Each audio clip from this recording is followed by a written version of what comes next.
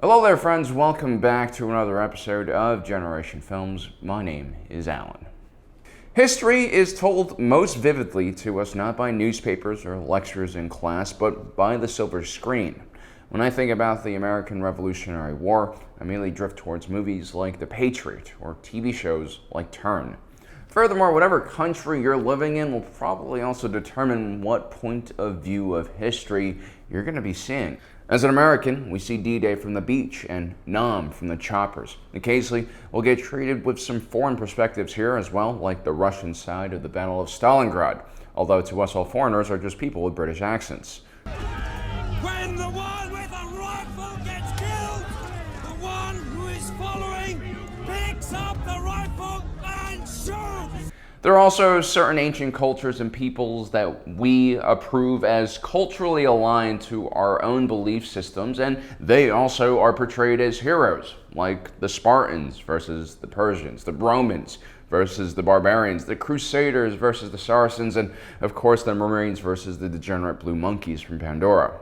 And so today I thought it'd be kind of interesting to look at this other side, the so-called enemy perspective of a lot of these battles, because to them, they're not the enemy or antagonists, they are the protagonists to their own stories. So how many times have we seen Operation Overlord, aka the invasion of Normandy, from the Allied point of view? Whether it's the army lads on the Higgin boats at Omaha Beach or the 101st jumping in the night before. But what about the German point of view of this battle? As terrifying as landing operations were for the first few waves of Allied forces, the German defensive line was stretched thin across the Atlantic Wall, which ran from the northern part of the Spanish-French border all the way up to Norway. Now, Hitler's propaganda machine made these defenses seem impenetrable, but the reality was no static defense is impervious to a well-motivated offensive force that can concentrate all of their assets onto one location. You see, the Allies initially had nearly 156,000 soldiers engaged on 5 beaches, going up against only 50,000 German soldiers. And at many of the major beaches, like on Utah, the German defenses were mainly made up of units like the 709th Static Infantry Division.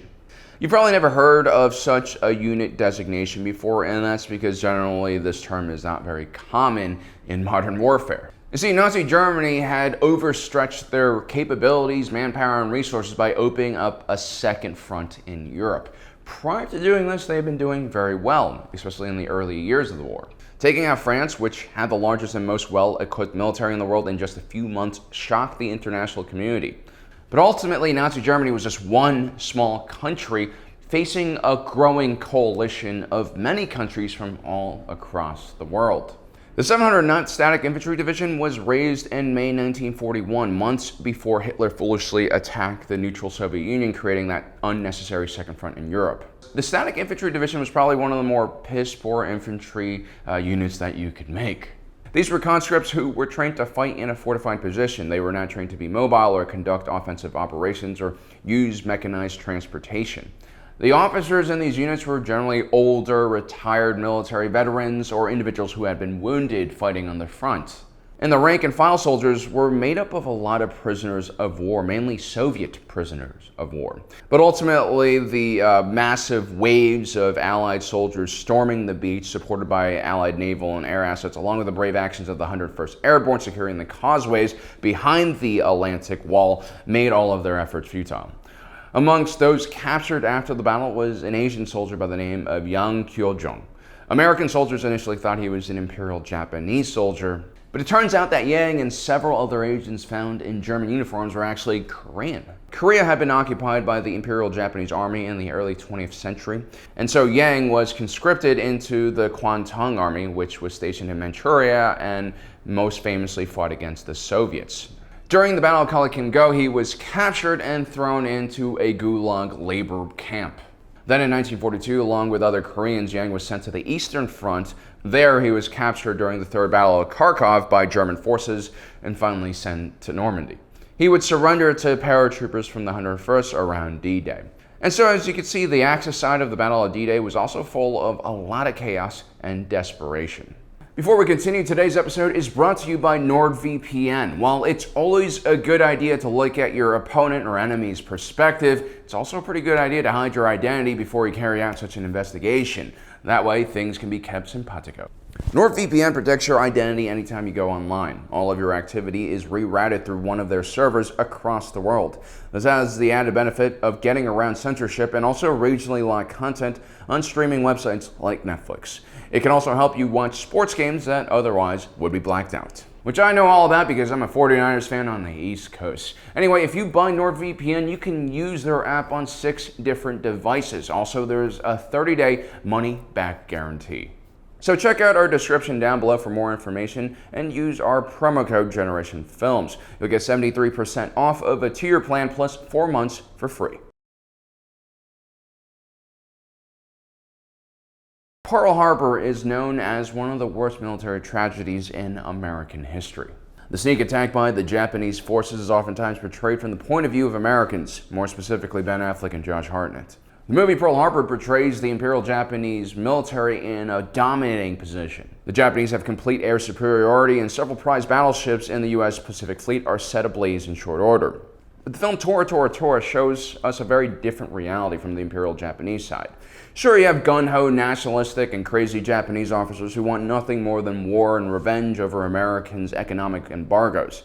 But the film focuses quite a lot on the architect of the attack, Commander-in-Chief of the Combined Fleet, Admiral Isoroku Yamamoto. As a young man, Yamamoto studied at Harvard University, and his 2 postings as a naval attaché for the Japanese Empire were done in Washington, D.C. While in the U.S., Yamamoto actually traveled extensively across the United States and tried to learn the local customs and business traditions.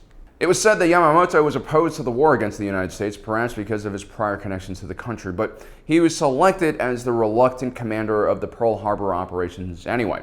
In Tora Tora Tora, Yamamoto is quoted saying the following famous line as the Pacific Fleet burns at Pearl Harbor.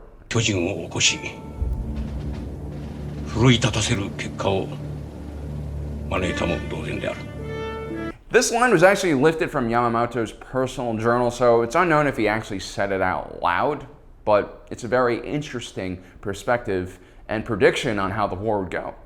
It is reported that while everyone was celebrating the victory at Pearl Harbor, Yamamoto fell into a deep depression. For one, he realized that the attack had occurred almost an hour before an official declaration of war was given to D.C. Not only was this a dishonorable attack, it would be viewed as a sneak attack and infuriate the American populace and unite them in war forever. Yamamoto was also a firm believer in carrier-based warfare. As a naval officer, he had always been ahead of his time. He believed that the days of battleships exchanging broadsides with one another were long over, and the future would be ruled by mobile carrier fleets and aircraft.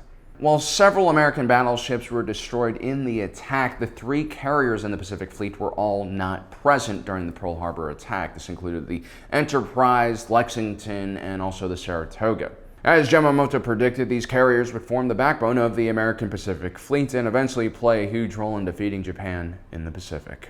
Yamamoto's experience in the United States also taught him how powerful this country could be. We had ample amounts of resources, land, and at the time we were an industrial manufacturing powerhouse. So Yamamoto knew that if Japan could not defeat the United States in one quick, swift blow, then there would be no victory at all for Japan. And so from the Japanese point of view, well, at least from Yamamoto's point of view, Pearl Harbor was not a cakewalk or an easy mission. It was one of the riskiest things he had ever done.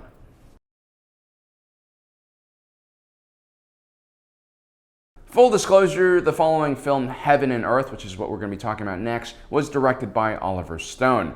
Oliver Stone is a talented filmmaker, and he oftentimes makes stories that seem nonfiction, but he tends to embellish and rewrite history to suit his own personal beliefs. Just a warning. Now, Heaven and Earth is based on the first-hand accounts of Leilai Hayslip, who wrote When Heaven and Earth Changed Places, a memoir about her childhood during the Vietnam War. Her story is one of the first American films to really show the Vietnamese perspective during the Vietnam War and also the Indochina War that preceded it. Leilai was from a village in central Vietnam in an area right along the fault that used to separate the North and South Vietnam. Her first encounter with warfare occurs during the Indochina War when French soldiers came and torched their home. Then a decade later, communist guerrillas known as the Viet Cong would come, and they would basically repeat the same thing. They would harass the local villagers, execute the teacher there, and then they started torching books and burning down the school. The Viet Cong also started brainwashing the peasants about their patriotic duty to oppose foreign occupiers. But they only dared show up at night because during the day, the ARVN, or Army of the Republic of Vietnam, would also come along with patrols, and sometimes those brainwashed villagers would set up ambushes and attack them. The ARVN would then, of course, come back with larger numbers, bring air supports, which would indiscriminately target the civilians living in Lê Lai's village. To make matters worse, the ARVN soldiers saw Lê Lai as a Viet Cong operator, and so they would also torture her and mistreat the local villagers. And so no matter who came along to Lê Lai's village, no matter what their ideology was, none of these armies actually cared for Lê Lai. I mean, their dreams of nation and war only brought suffering to the villagers who just wanted to live in peace. The conflict became so bad that Lê Lai's family was forced to flee to the southern capital of Saigon. There, she eventually meets and falls for an American soldier, and together they start a family. But as the North Vietnamese continue to gain an upper hand in the war, Lê Lai is forced to evacuate with the Americans and leave her country behind. There are no good or bad sides in this film, just the horror and evils that warfare brings ordinary people, no matter the ideology or belief system. Because ultimately what you see is when conflicts start, people lose their humanity because they get desperate for survival. The film ends with Lê Lai returning to Vietnam as a stranger and almost traitor to her country. Her own family views her as someone who abandoned them in their time of need. One last bitter effect of this long-lasting civil war in Vietnam. So there you have it, guys. Those are 3 films that kind of gives us a really interesting perspective of the enemy's point of view during a war. I think generally if you do understand your opponents better, oftentimes that can lead to greater successes in a military operation, or it can just prevent conflict in the first place, which of course is ideal. Well guys, I hope you enjoyed today's episode. Don't forget to subscribe and hit that notification button down below so you don't miss out on the rest of our awesome content. As usual, thanks for joining us today. My name is Alan, reminding you that life is a movie and you are the protagonist.